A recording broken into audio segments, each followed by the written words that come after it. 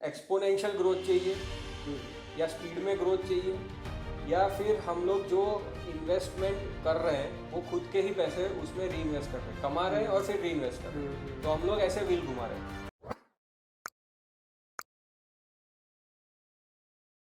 Hi friends, तो आज हमारे साथ है कुशल त्रिवेदी जो कि को फाउंडर है प्रीबू के। प्रीबू एक एडटेक स्टार्टअप है, तो उनके स्टार्टअप के लिए उनको मल्टीपल अवार्ड्स भी मिल चुके हैं। तो हाय सर, कैसे हो हाय आप? Saumya, good. Thank you for inviting me. तो आज आप हमें हमारे साथ शेयर कर सकते हो कि प्रीबू क्या है, और ये आपको आइडिया कहाँ से आया था कि आपने सोचा कि ऑफ कोर्स आप पहले जॉब कर रहे थे और फिर आपने ये स्टार्टअप शुरू किया। तो आप हमें थोड़ा गाइड कर सकते हो कि ये आपकी एग्जैक्ट प्रोडक्ट क्या है? श्योर। सो 2015 में मैंने मेरी लास्ट जॉब जो थी वहाँ पे मैंने रिज़ाइन किया, और फिर for brief amount of time मैंने थोड़ा कंसल्टिंग का, मार्केटिंग बैकग्राउंड है तो थोड़ा मार्केटिंग कंसल्टिंग का रोल लिया था फ्रीलांसिंग के तौर पे। और फिर धीरे धीरे करके उसमें बिजनेस यानी फ्रीलांसिंग थोड़ा सेट हो रहा था। और हमारी जो डॉटर है, फर्स्ट एल्डर डॉटर, तो वो प्री स्कूल में जाती थी, और मैं और मेरी वाइफ दोनों वर्किंग पेरेंट्स थे। तो बहुत बार ऐसा होता था कि हम लोग कुछ ना कुछ उसकी स्कूल की अपडेट्स मिस कर लेते थे। जो यूजुअली क्या होता था कि हैंड रिटन नोट्स देते थे प्री स्कूल में, बैक इन 2016 की मैं बात कर रहा हूँ। तो कहीं ना कहीं बीइंग वर्किंग पेरेंट्स मिस हो जाता था, लैप्स हो जाता था हमारी साइड से। कोई फेस्टिवल का सेलिब्रेशन है और हम लोग उसको स्कूल यूनिफॉर्म में भेज देते थे डॉटर को। ओके। तो मेरे को लगा कि वैसे तो कमिंग फ्रॉम आईटी बैकग्राउंड मेरे को पता था कि बहुत सारे टूल्स और वो सब है, पर प्री स्कूल्स का मैंने जो देखा तो पता चला कि हमारी प्री स्कूल जहाँ पे हमारी बेटी को रखा था वहाँ पे वो नहीं है। तो अगर वो होता टूल तो शायद अपडेट्स टाइम टू टाइम मिल सकती थी। और वहीं से मेरे को ये प्रीबू का थोड़ा बहुत आइडिया आया कि वो प्रॉब्लम स्टेटमेंट के तौर पे मैंने देखा। ओके। तो दैट वाज द मोमेंट। और फिर मैंने जो मेरी डॉटर के क्लास में जितने भी स्टूडेंट्स थे, उनके जो भी वर्किंग पेरेंट्स थे, उनके साथ थोड़ी बहुत बातचीत की। उनके पास भी ये प्रॉब्लम है कि नहीं है जो मैं फेस कर रहा हूँ, कहीं भूल जाना, लैप्स हो जाना। तो वो मैंने जाना। एंड देन मैंने और मेरी वाइफ ने थोड़ा रिसर्च किया कि प्रोडक्ट कौन सी मार्केट में है, अहमदाबाद में खास करके क्या चल रहा है। तो वो सब देखा और फिर हम लोग ने एक प्रोडक्ट के बारे में सोचा। ओके। और प्रीबू हमने नाम इसीलिए रखा क्योंकि फ्रॉम डे वन जब से आइडिया आया था तब से हमको ऐसा था कि we are going to focus only in the pre school और अर्ली एजुकेशन सेगमेंट। ओके। तो pre age in pre school, बू एज इन जो छोटे बच्चों का जो एक्सप्रेशन होता है, बू बू जो हम लोग करते जा रहे थे, तो प्री बू।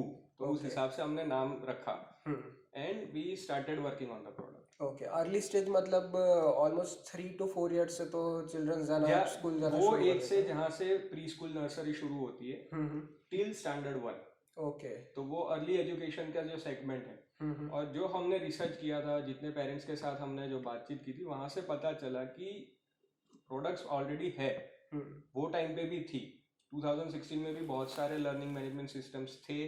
अवेयरनेस थोड़ी कम थी बिकॉज अवेयरनेस पेंडेमिक के बाद ज़्यादा बढ़ गई। यस। राइट। तो वो टाइम पे अवेयरनेस थोड़ी कम थी। फिर था कि जो प्रोडक्ट्स थी वो प्रोडक्ट ऐसी थी कि वो वन साइज फिट्स ऑल जैसा था। मीन्स यानी कि जो भी एक बड़ा सीएमएस है, तो वहां पे जो CMS का मतलब आप थोड़ा वो क्या होता है, customer management system, okay. Right, या क्लाइंट मैनेजमेंट सिस्टम जो भी कह सकते हैं, तो वो और एलएमएस यानी लर्निंग मैनेजमेंट सिस्टम। तो बहुत सारे क्लब करके वैसे सिस्टम्स ऑलरेडी सास बेस्ड प्रोडक्ट्स थी मार्केट में। बट कभी कभी क्या होता था कि not every pre school can afford it. एक तो फिनेंशियल इश्यू था, सेकेंड के जो फीचर्स थे वो फीचर्स ज्यादा बहुत उसमें थे। ओके। यानी कि वैसा था कि आपको मान लो कि सैप दे दी गया है और आपकी टीम साइज है 10 बंदों की या 15 बंदों की, तो सैप में आपको जो भी मिल रहा है वो पैकेज सब आपके लिए यूजफुल नहीं है। राइट। तो प्री स्कूल्स को ये चैलेंज थी। ओके। और थर्ड वे वो था कि जो बड़ी स्कूल्स होती है, K-12 स्कूल, जैसे कि वहाँ पे प्राइमरी से लेके 12 स्टैंडर्ड तक जो भी पूरा सेटअप होता है, वहाँ पे ये सिस्टम्स इफेक्टिव हो सकती है क्योंकि वहाँ पे बहुत सारे एक दो बंदे डेडिकेटेड वो स्कूल अफोर्ड कर सकती है कि वो सीएमएस को ही मेंटेन करे, फीस डालना, अटेंडेंस चेक करना, रिपोर्ट्स देना, होमवर्क को अपडेट करना। वहाँ पे स्टूडेंट्स एक एक स्टैंडर्ड के हिसाब से मिनिमम 100-200 स्टूडेंट्स है, यानी फर्स्ट स्टैंडर्ड में 200 स्टूडेंट्स है, सेकेंड स्टैंडर्ड में 175-150 के तौर पे स्टूडेंट्स है। तो वहाँ पे वो सिस्टम काम कर सकती है। प्री स्कूल में क्या होता है कि उनकी टोटल स्कूल की स्ट्रेंथ ही होती है कहीं ना कहीं 35 से लेके 120 तक, जिसमें सब स्टैंडर्ड्स आ गए, right, from nursery to senior KG. तो वो प्री स्कूल के लिए वो सॉफ्टवेयर अफोर्डेबल भी नहीं होता है, कभी कभी यूजफुल भी इतना नहीं होता है, करेक्ट, राइट। तो वो वाला सॉफ्टवेयर वहाँ पे नहीं चल सकता है। मतलब कोई लिमिटेड फीचर्स का कोई एप्लीकेशन की जरूरत थी, तो वहाँ पे जैसा मैंने बताया कि वहाँ पे ऑपरेशनल चैलेंजेस भी होती, राइट। फीस और फिनेंस तो एक साइड पे है, राइट, कि वो फीस सॉफ्टवेयर लेने की फीस और फिनेंशियली स्टेबल है कि नहीं है school, that is another debatable topic. पर ऑपरेशनल चैलेंजेस भी होती है।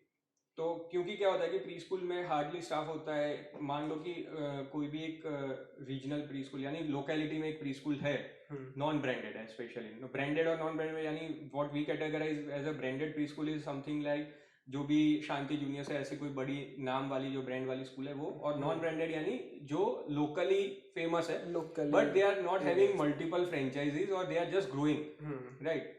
तो उनके पास क्या होता है कि स्टाफ में सब मिला के ओनर इटसेल्फ में बी द प्रिंसिपल, कभी कभी लेडी ओनर होते हैं तो वही प्रिंसिपल होते हैं, वही एडमिन देखते हैं, फिर होता है उनका हेल्पिंग स्टाफ हो गया, एंड देन 7-8 टीचर्स होते हैं इन टोटलिटी। तो कौन अपडेट करेगा, कौन मेंटेन करेगा, तो उनको क्या चाहिए कि एक मोबाइल सॉल्यूशन ज्यादा चाहिए होता है कि रन टाइम पे कुछ दे सके। और जो प्री स्कूल की पेरेंट्स की साइड से जो चैलेंजेस है तो वो भी डिफरेंट है। उनको वो नहीं जानना है कि अटेंडेंस है कि नहीं है, क्योंकि most of the pre school में क्या होता है कि either the parent will be going to drop off and pickup, right, और अगर वैन में होगा तो भी उनको पता ही होगा कि the kids are not going to bunk the class, right. तो अटेंडेंस का वहां पे एलिमिनेट हो गया। फिर क्या होता है कि बहुत सारी जगह पे फॉरेन में वो भी है कि भाई जो एक्टिविटी क्लास में हो रही है उसके स्नैप भेजने वाले सॉफ्टवेयर है, राइट, तो रन टाइम भेजते हैं तो पेरेंट्स को अच्छा लगता है।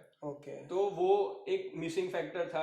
वो जो बड़े सीएमएस है उसमें क्या होता है कि वो भेज सकते हैं but it is all together in totality. अगर कोई एक्टिविटी, कोई डे सेलिब्रेट हो रहा है, कोई सेलिब्रेशन हो रहा है तो वो सबके फोटोग्राफ्स होंगे स्टैंडर्ड्स या डिवीजन वाइज, फिर जाके पूरा एलएमएस पे अपडेट करेंगे, and then you parent who want वो जाके डाउनलोड कर सकते हैं या देख सकते हैं। मतलब यहाँ पे 2-3 दिन बाद मिलेगा जब पहले फोटोज लेंगे फिर अपलोड करेंगे। ये था कि इमीडिएट अगर कुछ हो रहा है तो भेज दो, पेरेंट्स को अच्छा लगेगा।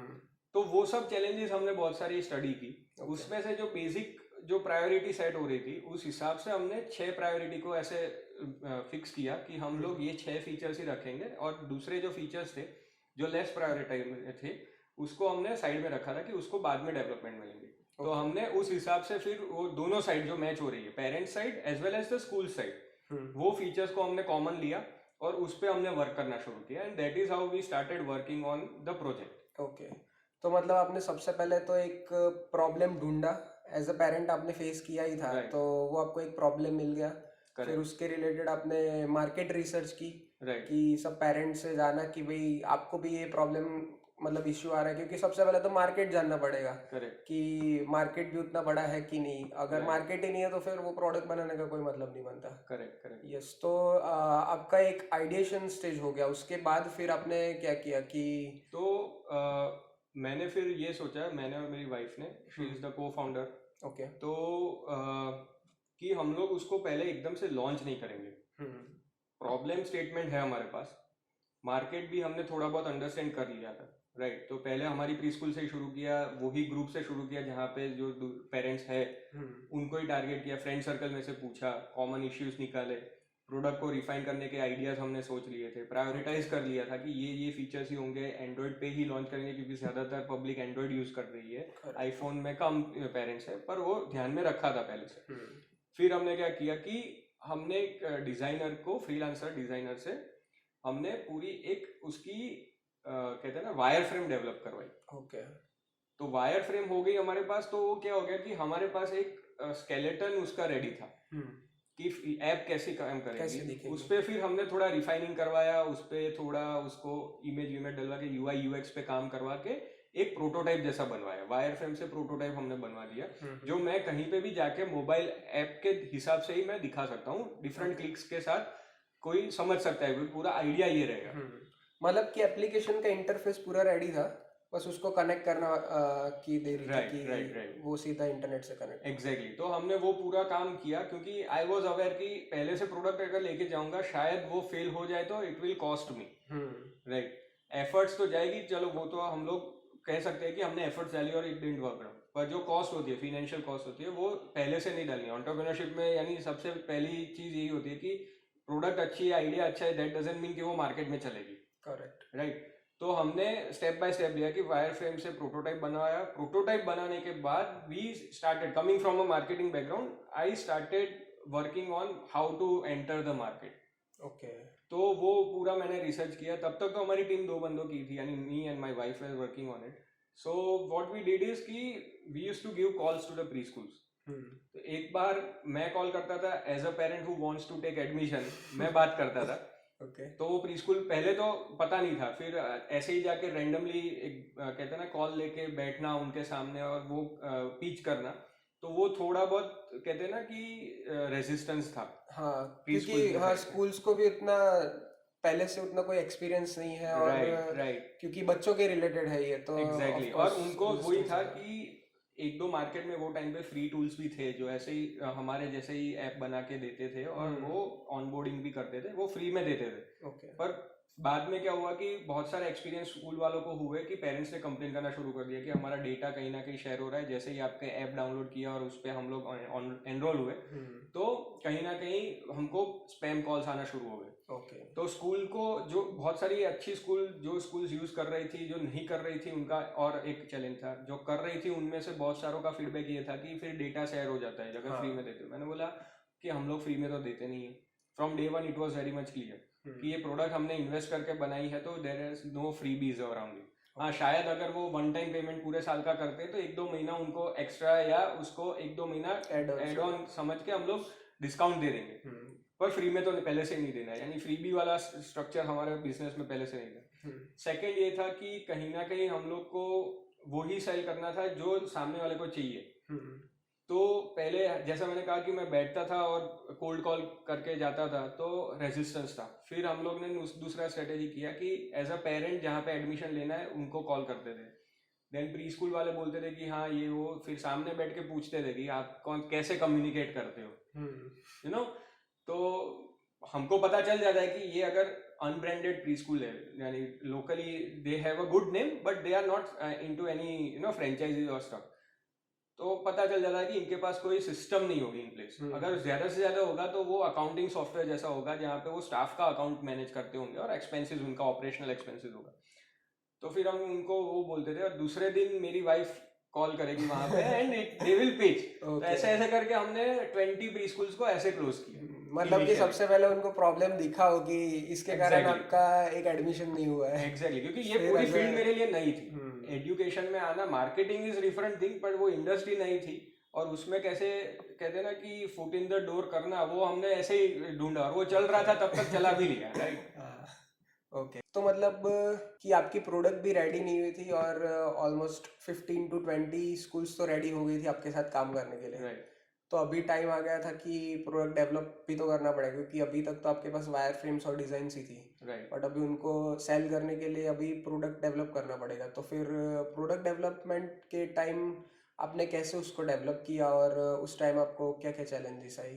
तो हमने थोड़े बहुत ऑप्शंस ढूंढे मार्केट में से, और हमारी स्ट्रेंथ और कोर एक्सपर्टीज, यानी I am a marketing person, I am a non tech person, my wife is a developer and she comes from a technical background, but वहाँ पे मोबाइल ऐप और जो टेक्नोलॉजी हमको यूज करनी थी, she is not expertise into it. Okay. तो वहाँ पे कहीं ना कहीं हम लोग ने थोड़ा ब्रेनस्टॉर्मिंग किया कि खुद की टीम खड़ी करे या आउटसोर्स कर दे या फ्रीलांसर को दे दे, और हमने काफ़ी मार्केट में उस पर रिसर्च भी किया and then we came down to a conclusion कि पूरा काम आउटसोर्स कर देते हैं, क्योंकि बेनिफिट उसमें ये रहेगा कि हमको एक टीम मैनेज करने की ज़रूरत नहीं पड़ेगी। टारगेट रहेगा कि प्रोजेक्ट का कॉस्ट क्या है, हमको कोई ओवरहेड्स के उस पर करना नहीं है। हम लोग फोकस कर सकते हैं कि सेल्स पे फोकस करना है तो उस पर फोकस करो, मार्केटिंग कोलैटरल्स डेवलप करो, और जो भी हमको स्कूल्स के साथ टाई अप करके जो नेक्स्ट फेज लाना है, यानी उनके साथ मीटिंग, यानी tie up is one thing, schools के साथ काम करना यानी ऐसा है कि आज हाँ बोल दिया और 2 दिन के बाद उनका कॉल भी आता है कि सर हमको डिले भी करना है, अभी आई फील के we are not ready for it. ऐसा भी हुआ है मेरे साथ। तो वो जो था हम लोग का वो टेंशन वहाँ पे निकल गया था and we hired company and then outsource the job. तो वहाँ पे वो सॉर्टेड हो गया। फिर हमको वो भी देखना था कि सोल प्रोप्राइटरशिप पे जाना, प्राइवेट लिमिटेड पे जाना, एलएलपी पे जाना, तो वो भी थोड़ा बहुत चल रहा था क्योंकि एक रजिस्टर्ड कंपनी होगी तो उसका वेटेज थोड़ा अच्छा रहेगा। करेक्ट। तो वो क्या होता है वो उसके बारे में, क्योंकि जो लीगल जो नॉलेज होता है वो काफ़ी सारे जो भी नए स्टार्टअप जो भी है उनके पास नहीं होता है, तो वो कभी कभी ये रूल्स एंड रेगुलेशन में उलझ जाता है कि कहाँ पर क्या कौन से रूल्स अप्लाई होते हैं, तो तो उसके वो बारे में अगर आप थोड़ा एग्जैक्टली तो हमारे साथ भी वही हुआ था। Hmm being a first time entrepreneur हमको भी नहीं पता था कि कौन सा वे अच्छा रहेगा, कौन सा वे वो यानी अच्छा लगेगा एज अ कंपनी, राइट। हम्म और बहुत सारा डिस्कशन हुआ, सोल प्रोप्राइटरशिप में जाए या 1 पर्सन कंपनी वो टाइम पे था, या फिर एलएलपी पे जाए या प्राइवेट लिमिटेड पे जाए। हम्म और उस सबके रूल्स अलग अलग है, सबके नॉर्म्स थोड़े अलग अलग है, रजिस्ट्रेशन प्रोसेस इज डिफरेंट। तो कैसे अप्रोच करना, क्या करना, that was also a challenge because वो टाइम पे यानी जो एक क्लोज नेटवर्क होता है या जो एक सर्कल होता है सीए का या कंपनी रजिस्ट्रेशन उसका, तो वो उतना था नहीं। 2016 के बाद जैसे हमारे प्राइम मिनिस्टर ने जो अनाउंसमेंट किया था स्टार्टअप 16 जनवरी हम्म से पूरा स्टार्टअप डे मनाते हैं, हाँ, यानी जो पूरा 16 बूम जो जनवरी। चला था, यानी yes. We officially declared everything, right. Hmm तो वो टाइम से फिर बहुत सारे ऐसे कंपनीज ओपन अप हो गए जो हेल्प करते हैं स्टार्टअप्स को रजिस्टर करने में। Then we started working on how to take our product into turn into a company and then take it forward. Okay. And फिर हमने एक कंपनी से हेल्प ली, वहाँ पे उन्होंने हमने पूरा रजिस्ट्रेशन प्रोसेस करवाया। चैलेंजेस छोटी मोटी आती थी कि कंपनी में ये डॉक्यूमेंट चाहिए होगा, वो डॉक्यूमेंट चाहिए होगा, रेंट अग्रीमेंट हो गया। हम लोग तो घर से ऑपरेट कर रहे थे, ऑफिस भी नहीं थी वो टाइम पे, तो उसको कैसे कमर्शियल प्रॉपर्टी में दिखाना, क्या करना, तो वो चैलेंजेस को सॉर्ट आउट करते करते बहुत सारा सीखा हमने। और because of this whole announcement by the prime minister himself, थोड़ा बहुत हमारे लिए चैलेंजेस कम हो गए क्योंकि रूल्स थोड़े बहुत उसमें जो स्टार्टअप डेफिनेशन के तौर पे थे वो थोड़े इजी हो गए अपार्ट फ्रॉम रेगुलर कंपनी। तो वो बेनिफिट हमको मिला and then we started private limited company from July itself. Okay. तो जैसे आपने बताया कि गवर्नमेंट की तरफ से भी जो भी रूल्स एंड रेगुलेशंस है उसमें रिस्ट्रिक्शंस थोड़े कम हो गए थे, तो आपको गुजरात गवर्नमेंट या फिर ऐसे कोई भी इंक्यूबेशन सेंटर या फिर ऐसा कोई जगह से आपको हेल्प कोई मिली है? हाँ, तो ये हुआ था कि वो टाइम पे जैसे after the announcement incubation centre और वो सब लाइमलाइट में आना शुरू हो गया था। और specially in Gujarat, specially in Ahmedabad, वो कल्चर एकदम से थोड़ा लाइमलाइट में आना शुरू हो गया था। और वो टाइम पे I was looking for an office space and I come across no this nodal institute called GUSEC, जो गुजरात यूनिवर्सिटी के अंदर है। So it's an incubation center. They have just started up the center over there. Okay. तो वो थोड़ा premature भी था and I was looking for a space. तो फर्स्ट बेनिफिट वाज कि इनिशियल डेज में ये था कि वी गॉट अगर इंक्यूबेट हो जाते हैं, हमको हमारा पूरा पिच डेक, बिजनेस प्लान, वो सब इंक्यूबेशन सेंटर को देना होता है। फिर वो एनालाइज करते हैं, फिर वो इंटरव्यू के लिए बुलाते हैं फाउंडर्स को। अगर इंटरव्यू में उनको लगा कि they have the potential, the idea has the potential, तो इंक्यूबेशन ऑफर करते हैं। और इंक्यूबेशन ऑफर करते हैं, then they see the growth. वो एक बेनिफिट हमको मिल गया अर्ली एडॉप्टर्स का या वो अर्ली टाइम का।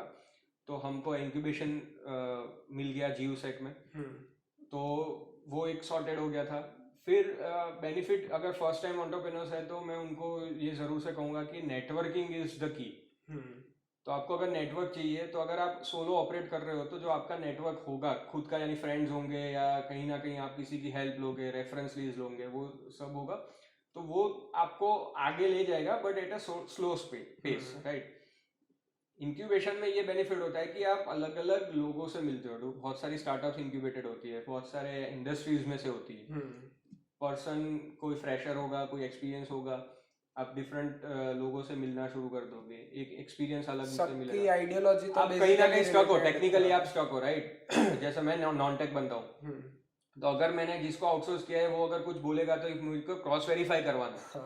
अब मेरा तो ग्रुप है, अगर नहीं होता, राइट, स्टूडेंट स्टार्टअप होता, तो वो कहाँ पे वेरीफाई करवाएंगे कि ये है तो यही यानी लेके आगे बढ़ना है, कि फिर उसको थोड़ा बहुत चेंजेस करके हम लोग इस पे ही काम कर सकते हैं। तो वो सब चीज़ इंक्यूबेशन सेंटर से definitely any first time entrepreneur should get incubated, वहाँ पे ये बेनिफिट मिल सकता है। ओके। दूसरा ये होता है कि अब गवर्नमेंट की अगर आपको ग्रांट्स या वो सब चाहिए तो you have to follow certain procedure set by the government, right. तो वहाँ पे इंक्यूबेशन कंपलसरी जैसा हो जाता है कि आपको ग्रांट्स के लिए गवर्नमेंट, गुजरात गवर्नमेंट की ग्रांट्स चाहिए तो अप्लाई करना है, तो you have to be incubated at the nodal institute appointed by the government. तो वो बेनिफिट हो गया। तो ये सब चीज़ें इंक्यूबेशन सेंटर में बहुत हेल्पफुल होती है। आपका नेटवर्क बढ़ता है। वहाँ पे फिर ये भी होता है कि इन्वेस्टर्स मीटअप हो गए या इवेंट्स हो गए, तो अगर इन्वेस्टर्स मीटअप है तो they probably will be bringing the investor at the venue, right. और अगर कोई इवेंट्स हो रही है जैसे वाइब्रेंट गुजरात हो गया या कोई और इवेंट हो गई, तो वहाँ पे वहाँ पे आपको सब्सिडाइज कॉस्ट पे एंट्री मिल सकती है। सब्सिडाइज कॉस्ट पे you get an opportunity to buy a stall, rent a stall, right. तो वो सब आपको बेनिफिट मिलते हैं। डेफिनेटली अगर जो गवर्नमेंट के हिसाब से जो सर्टिफाइड स्टार्टअप का जो सर्टिफिकेशन जो है वो आपको मिल जाता है, तो that is an added advantage itself, right. तो डेफिनेटली आई वुड से कि इंक्यूबेशन सेंटर्स की हेल्प तो रहती ही है। और जो फर्स्ट टाइम एंटरप्रेन्योर है एटलीस्ट फॉर 3 मंथ्स उनको वहाँ पे जाके एक एक्सपीरियंस लेना चाहिए, क्योंकि वहाँ पे आपको अगर if you are stuck at something you will definitely get an help. Okay.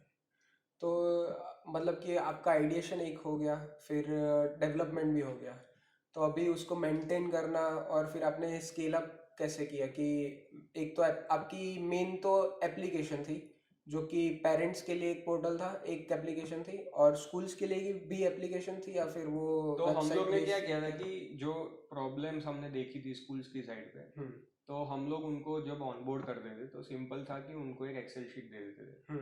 वो हिसाब से उसमें जो फॉर्मेट था उस हिसाब से उनको डिटेल्स फिल करके देनी। ओके। तो वो पूरा उनका वहाँ पे काम खत्म हो जाता था। हमारे पास वो एक्सेल शीट आती थी, तो हम सिर्फ बैकएंड में से उसको अपलोड करके सब लाइव करके स्कूल को यूनिक आईडी देते थे। ओके। तो वो यूनिक आईडी वो पेरेंट्स के साथ शेयर कर सकते थे, पेरेंट्स एक्सेस कर सकते थे। वहाँ पे हम लोग कोई लॉगिन्स नहीं ले रहे थे, किसी का कोई पर्सनल डिटेल्स रजिस्ट्रेशन के लिए ऐप में नहीं यूज करते थे। मतलब आपने जो आईडी क्रिएट किया है वो वहाँ से वो यूनिक आईडी हो गया। हाँ हाँ। ओके। तो उस हिसाब से हम लोग ने देना शुरू कर दिया था, बिकॉज हमने देखा था कि ID will be the most feasible thing, क्योंकि अगर फ़ोन नंबर से लॉगिन हुआ, ये हुआ वो, तो स्कूल को रेजिस्टेंस होता था क्योंकि उनके पेरेंट्स के नंबर शेयर्स होते थे।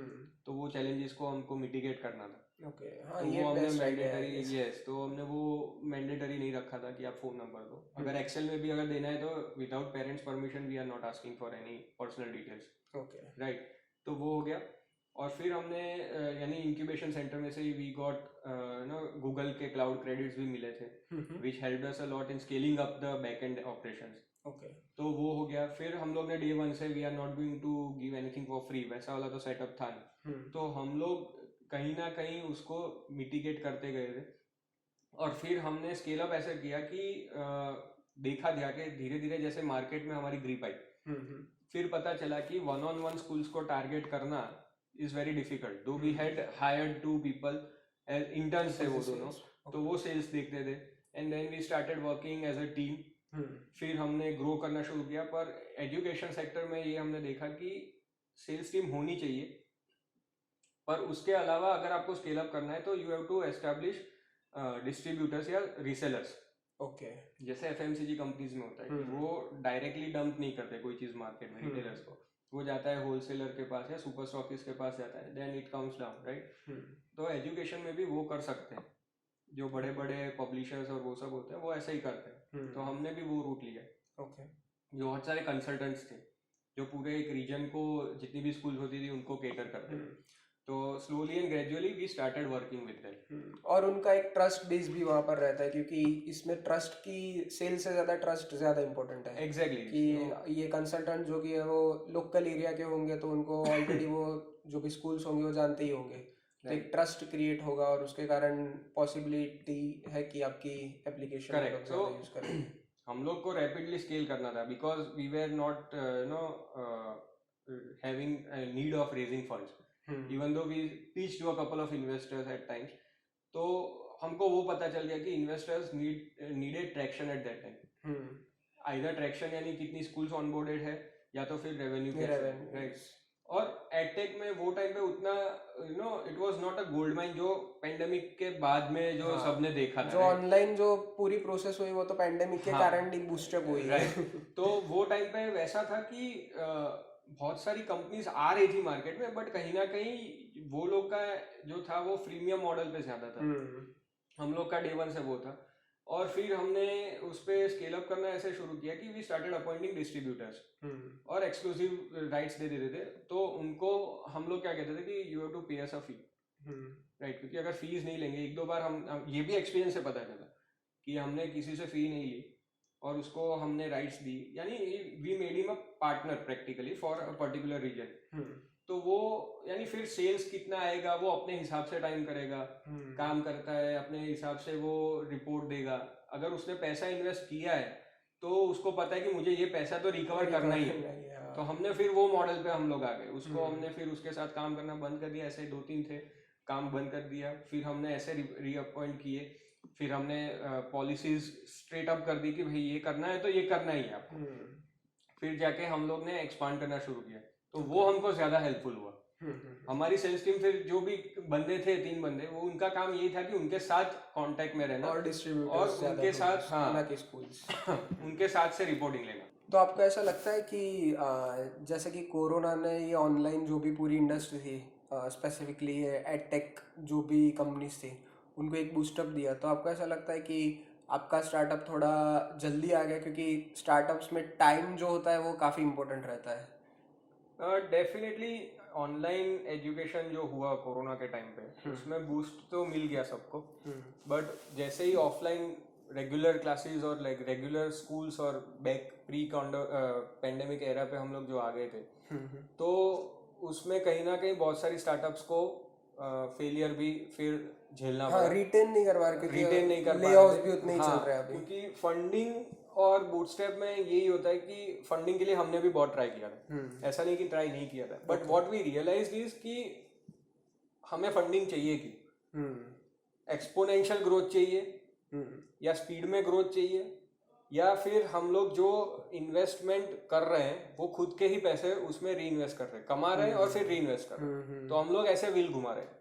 तो आपका पूरा बूटस्ट्रैप था? मेरा पूरा बूटस्ट्रैप रहा था। हमने फंडिंग के लिए कोशिश भी की थी, बट देन वी अंडरस्टूड कि अगर हम लोग यही मॉडल को दूसरी जगह पे रेप्लिकेट कर रहे हैं, जहाँ पे हम लोग ज्यादा रीसेलर्स खड़े कर रहे हैं, ज्यादा हम लोग सब कॉन्ट्रैक्टर्स ले रहे हैं, तो वो हमें कॉस्ट हमारी कहीं ना कहीं 5 या 7% वेरिएशन में होगी जो ऑपरेशनल कॉस्ट है, बट हमारा सेल्स एक्सपोनेंशियली बढ़ सकता है। ओके। तो हमने फिर वो मॉडल पे फोकस करना शुरू कर दिया था। We also started working with international people as well. तो दुबई में हमारा सेटअप था, फिर साउथ अफ्रीका में भी था। तो वहां पे भी सेम मॉडल चल रहा है।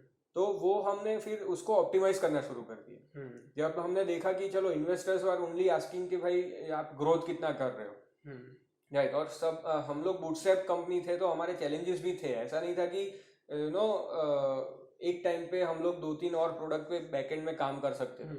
We have to meticulously thought out the process. और जो हमारी इंडस्ट्री है वहाँ पे उतना रैपिड कहते हैं ना कि टेक्नोलॉजी एडॉप्शन नहीं है। जो अर्ली एजुकेशन इंडस्ट्री है वहाँ पे उतना रैपिड टेक्नोलॉजी एडॉप्शन नहीं है। तो वो भी हमको एक ध्यान में रखना था।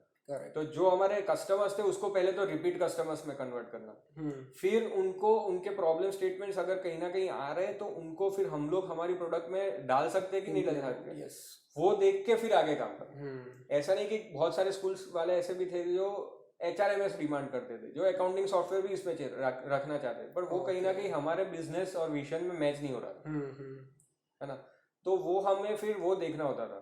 ऐसा नहीं कि सिर्फ सब everything clubbed into one and then we give it, because our primary user is pre schools. So वो हमको बहुत ध्यान रख के हम लोग ने आगे बढ़ना शुरू किया। एंड वी डिसाइडेड कि ओके लेट्स जस्ट स्टॉप, यही मार्केट अच्छा है, उस पे ही ऑप्टिमाइज करके आगे जाते हैं। And then we will grow. एक कहते हैं ना कि हॉरिजॉन्टली एक ग्रो करेंगे, वर्टिकल में नहीं जाना है, बट एक दूसरी प्रोडक्ट लाइन हम लोग लॉन्च करेंगे और दूसरे वर्टिकल्स में जाके, यानी एक हो गया कि मोबाइल ऐप है, अब दूसरा टच पॉइंट क्या हो सकता है, तो वो टच पॉइंट था कि पब्लिशिंग, राइट। तो पब्लिशिंग में क्या हो सकता है, तो जो जहाँ पे भी प्री स्कूल्स है, हम वो इंडस्ट्री में रहे 3-4 साल, तो अब पब्लिशिंग में जाके बात करते हैं कि भाई आपको अगर प्री स्कूल ओपन करनी है, जो फ्रेंचाइजी में नहीं पढ़ आपको जाना है, तो अगर आपकी प्री स्कूल है तो आप कैसे करोगे, तो हम लोग आपको पूरा मटेरियल एक पूरा उनका करिकुलम बना के देंगे, वाइट लेबल में चाहिए तो वाइट लेबल में करवा के देंगे, या हमारी प्रोडक्ट ले सकते हो तो आप हमारी प्रोडक्ट लो, तो वो कर सकते कि नहीं कर सकते, तो हमने वो थॉट प्रोसेस डालना शुरू किया, तो जहाँ पे हमारी पहली प्रोडक्ट उसको दूसरी प्रोडक्ट के साथ कॉम्प्लीमेंट कर सके। ओके, मतलब कि यहाँ पर मेजरली दो रास्ते हो सकते हैं। एक तो फर्स्ट वन जो जनरल वे जो है कि फंडिंग ले ली और धड़ाधड़ वैल्यूएशन अपना इंक्रीज करते गए, बट उसमें फिर ग्रोथ तो फास्ट हो जाती है, लेकिन उसके ऊपर टिके रहना वो बहुत ही बड़ा क्वेश्चन है। राइट, यानी वो क्या होता है कि एक बार आपके पास विजन है एंड यू गेट फंड्स, तो वो डेफिनेटली हेल्प करेगा, it's not a negative thing, वो डेफिनेटली आपको एक पॉइंट से दूसरे पॉइंट में जाने में एक बुलेट ट्रेन की तरह काम करेगा कि आपको तुरंत ले जाएगा, राइट। पर वहां पे जाके फिर उसको सस्टेन करना वो कहीं ना कहीं डिफिकल्ट हो जाता है। और बहुत सारी ऐसी कंपनीज है जो पोस्ट पेंडेमिक आपने देखा होगा कि बहुत सारी कंपनीज ऐसे वो सस्टेन नहीं कर पा रही, बड़ी बड़ी कंपनी है जो हेविली फंडेड है, not just in the early education segment but otherwise as well, तो वो कहीं ना कहीं वो चैलेंज बन जाता है, क्योंकि इंडस्ट्री में क्या चाहिए कि still people are believing in physical education, right. हम एक टाइम पे, और अर्ली एजुकेशन में तो खास करके हम लोग ये कहते हैं कि मोबाइल या लैपटॉप कंप्यूटर के सामने से मत बिठाओ बच्चों को, right, and then we are forcing them to use these tools या डिवाइसेस जस्ट बिकॉज कि आपका कंटेंट अच्छा है, राइट। तो रादर देन दैट ये एक था ही कि पहले अगर एडॉप्शन नहीं हो रहा था तो वो इसीलिए नहीं हो रहा था कि पेरेंट्स की साइड से ये होता था कि फिर वो ये यहाँ पे मोबाइल पे गेम खेलता रहेगा या कंप्यूटर से हटेगा नहीं, आंखें बिगड़ेगी, तो वो सब चैलेंजेस तो थी पहले से। इट वाज जस्ट कि पैंडेमिक की वजह से सबको उस पे आना पड़ा, it was a kind of force कि फोर्सफुली हमको ये यूज करना पड़ा। और मैं दूसरा रास्ता ये बता रहा था कि जैसे आपने किया कि प्रोडक्ट पे पहले फोकस करो कि प्रोडक्ट को कितना इम्प्रूव कर सकते हो, फीडबैक जो भी आपको आपके पास आते हैं उसके ऊपर से, और धीरे धीरे धीरे इम्प्रूव करके एक उसके डिफरेंट टच पॉइंट्स क्रिएट करो कि जो आपके निश के रिलेटेड हो, कि जैसे कि प्रीबू है जो कि प्री मैच्योर किड्स के लिए है, तो उनके रिलेटेड ही टच पॉइंट्स आप कनेक्ट कर सकते हो, राइट। तो उसमें क्या होता है कि अगर आपको दो तीन चीज का ध्यान रखना होता है, एक हो गया कि आपके कॉम्पिटिटर्स क्या कर रहे हैं मार्केट में, दूसरा हो गया कि आपके यूजर्स को क्या चाहिए, और तीसरा हो गया कि आपको अपनी प्रोडक्ट पे क्या डालना है क्या नहीं रखना है वो आपको पता होना चाहिए। ओके, ये दो तीन चीज ऐसी है कि अगर उसको आपने मास्टर कर लिया या उस पर आपको पता चल गया तो वो कहीं ना कहीं आप कहते हैं ना कि वो आपको एक बैंडविड्थ देगा 2-3 साल का, जहाँ पे आप वही तीन चीज को ध्यान रख के आपका बिजनेस या प्रोडक्ट को ग्रो कर सकते हैं। तो वो मैंने बहुत हम लोग ने क्लोजली वो उसको एक्सपीरियंस किया कि हम लोग अगर फोकस रखेंगे कहीं ना कहीं वो होगा कि वो फ्री में दे रहा है, आप क्यों पैसे ले रहे हो, ऐसे चैलेंजेस भी आते हैं और उसको हम मिटिगेट नहीं कर सकते क्योंकि वो फ्री में दे रहा है। तो किसी की मेंटालिटी भी ऐसी हो सकती है कि वो फ्री का ही उसको चाहिए और वो पैसा क्यों दे अगर वो फ्री में मिल रहा है, they do not care about the data या कुछ भी। हाँ, एक कोड भी है ना कि अगर आपको कुछ फ्री में मिल रहा है तो you are the product. Exactly, तो वो कहीं ना कहीं वो समझते नहीं, तो आप उसके साथ कहते हैं ना कि आर्ग्यूमेंट नहीं कर सकते। Either you have to take what they are, ना, टेक इट और leave it kind of situation हो जाती है कि अगर वो बोल रहे हैं वो करो, या तो फिर आपको जो सही लग रहा है आपके एथिक्स के हिसाब से जो भी है वो करो। ओके, तो एडटेक स्टार्टअप में जैसे आपने बोला कि बूटस्ट्रैप भी हो सकता है और फंडेड भी हम कर सकते हैं, तो आपकी क्या एडवाइस रहेगी, 3 मेजर एडवाइस की, अगर किसी को एडटेक स्टार्टअप कोई शुरू करना है तो उसमें क्या क्या मेन चीज़ें उनको फोकस करनी चाहिए? देखो, फर्स्ट वुड बी, जो मैं सब जगह पे वही कहता हूँ कि एग्जैक्ट आपका अगर आइडिया है, राइट, तो you don't need a product, physical product. आपका आइडिया जैसे हम लोग ने किया था, और मैं कहीं से सीख के नहीं आया था, मैंने खुद के हिसाब से कॉमन सेंस यूज किया, और प्रोडक्ट डेवलपमेंट से पहले हम लोग ने प्रोडक्ट को एक प्रेजेंटेशन वे में बनाया और फिर जाके मार्केट में रखा। तो आपको भी वही करना चाहिए कि you don't need a physical product. अभी तो बहुत सारे ऐसे टूल्स और वो सब आ गया कि जहाँ पे आप prototype within few hours बना सकते हैं, right, even if you are a non tech person, right, तो वो कर सकते हैं। आप इमेजेस बना के, आप स्लाइड्स बना के एक प्रेजेंटेशन या ब्रोशर जैसा बना सकते हैं, you take the print out and you go out in the market. जो भी थर्ड पर्सन है, जो भी आपको लग रहा है कि आपका कस्टमर है, उनको बताओ फीडबैक वही अच्छा देगा और ब्रूटली ऑनेस्ट फीडबैक वहाँ से ही मिलेगा। करेक्ट। अंदर अंदर पूछोगे तो वो अच्छा ही बोलने वाले हैं सब, हाँ, फ्रेंड्स सब और अच्छे। फैमिलीज में से तो वही सब होगा कि हाँ अच्छी है ये वो, राइट। तो आपको जो फीडबैक देगा वो मार्केट देगा, तो मार्केट में जाओ।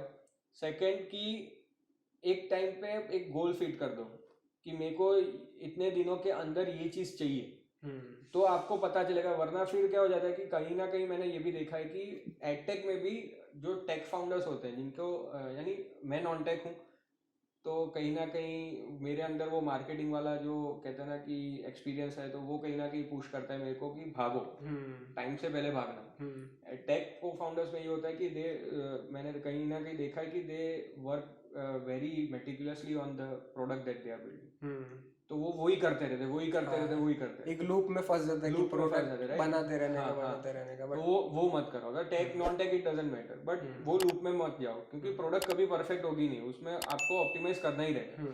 तो उस पर फोकस करो कि आप एक गोल सेट करो कि यही टाइम पे हमको फिनिश करनी है या यहाँ तक ये माइलस्टोन है उसको अचीव करना है और वो मार्केट में जाना है। Okay. Right. And third is कि कॉम्पिटिटर को स्टडी करो, इसलिए नहीं कि वो प्राइसिंग स्ट्रेटेजी और वो सब क्या कर रहा है, वो क्यों फीचर्स ये क्यों दे रहा है। कहीं ना कहीं वो होता है कि हम लोग ये भी फीचर दे देंगे क्योंकि ये कॉम्पिटिटर के पास नहीं है, पर वो इसीलिए नहीं दे रहा होगा क्योंकि मार्केट में उसकी इम्पोर्टेंस नहीं है, राइट। तो उस पर आप किसी प्रोडक्ट यानी कॉम्पिटिटर की प्रोडक्ट में ये फीचर नहीं है और हम दे रहे हैं, उस पर आप बिल्डअप नहीं कर सकते। चल जाएगा कहीं ना कहीं, बट वो स्केलेबल नहीं होगा। करेक्ट। राइट। तो वो तीन चीज पे आपको मेजरली फोकस करना है। तो वो अगर आप कर लोगे तो आपके लिए बहुत अच्छा रहेगा, क्योंकि फर्स्ट हो गया कि आपको प्रोडक्ट बनाने से पहले पता चल जाएगा कि मार्केट में क्या चाहिए। एटलीस्ट जो फीडबैक देगा या तो ना बोल देगा कि हमें नहीं चाहिए, या बोलेगा तो वो 3-4 चीज बताएगा कि हमको ये भी मिल सकता तो अच्छा होता, वो मार्केट में ये दे रहा है, आप भी अगर दे देते तो आपका दूसरा पॉइंट तो मेरे को अच्छे लगे, पर आप ये दे देते तो हम लोग शायद उस पर सोच सकते हैं। फिर आपने अगर गोल सेट कर लिया है कि ये टाइम पे हमको मार्केट में जाना है, तो वो आपको पता चलेगा, it will keep you on toes. Okay. And third would be कि आप कॉम्पिटिटर को स्टडी कर रहे हो तो आपकी प्रोडक्ट डेवलपमेंट में आपको इजी रहेगा कि आपका फीट होगा कि भाई हमें ये चीज़ तो प्रायोरिटी में चाहिए ही चाहिए। ओके। तो मतलब कुल मिला के मुझे ऐसा लग रहा है कि थोड़ा स्मार्टली खेलना चाहिए यहाँ पर, कि ना कि सबसे पहले प्रोडक्ट बना दो और फिर मार्केट में जाओ। उससे अच्छा है कि थोड़े थोड़े स्टेप्स अपने साइड से लो और फिर मार्केट को भी साथ में, मतलब दोनों पैरेलली चलना चाहिए। एग्जैक्टली। तो एजुकेशन मार्केट इंडिया का बहुत बड़ा है, यानी छोटे से छोटी प्रोडक्ट भी चल सकती है और बड़े से बड़ी प्रोडक्ट भी चल सकती है, यानी बहुत बड़ा। यानी आपको देखोगे तो जो भी बड़ी स्टार्टअप्स है, एवरीवन इज गेटिंग पेड, कहीं ना कहीं वो प्रॉफिट लॉस में स्टक हो जाते हैं। बट जो मार्केट है it is on going market. वहां पे आप पेंडेमिक देख लो, हेल्थ केयर और एजुकेशन कभी स्टॉप नहीं हुआ, राइट। तो एजुकेशन मार्केट बहुत बड़ा है, यानी आपकी प्रोडक्ट है, आपके पास आइडिया है और आपको क्रैक करना आ गया मार्केट, तो easily you can sustain, bootstrap में भी सस्टेन कर सकते हो। एंड देन एक लोकलिटी, एक रीजनल लेवल पे आप अगर एस्टेब्लिश हो जाते हो, तो वही आपका जो सक्सेस फॉर्मूला है वो कहीं और भी आप रेप्लिकेट कर सकते हो, राइट। तो वो आपको देखना है। आप ऐसा नहीं कि हम लोग एकदम से स्प्रिंट मार लेंगे और नेशनली जाना सोचना शुरू कर देंगे, क्योंकि लोकली ही इतना बड़ा बिजनेस हो सकता है अगर आपने अच्छे से आपके कस्टमर की नस पकड़ लिए तो वो आपको धीरे धीरे करके आप जाओगे तो इट विल हेल्प यू कि हाँ अगर आप बात कर रहे हो ना मार्केट में, तो वो उसका वजन पड़ेगा। Correct, right. तो थैंक यू सर। अभी तक तो मतलब हमने काफ़ी सारे डिस्कशंस पहले भी कर चुके हैं, जैसे कि मैं आपके वहाँ इंटर्न था बट वो दूसरी कंपनी थी, राइट। तो ये कंपनी के बारे में मुझे आज काफ़ी कुछ ज़्यादा जानने को मिला जो कि हमने पहले डिस्कस नहीं किया था। करेक्ट। तो उसके लिए थैंक यू सो मच। और अगर आपको भी एडटेक वर्ल्ड में इंटरेस्ट है तो आप उनको लिंक्डइन पर फॉलो कर सकते हो। मैं उनकी जो भी लिंक्डइन की लिंक है वो डिस्क्रिप्शन में डाल दूंगा, तो आप वहाँ से एक्सेस कर सकते हो। और ऐसे ही पॉडकास्ट जो कि इंटरेस्टिंग रहते हैं और कुछ नया जानने को आपको मिलेगा, तो अगर ऐसा आपको इंटरेस्ट है तो आप डेफिनेटली योजी की यूट्यूब चैनल को सब्सक्राइब कर सकते हो। Thank you sir. Thank you.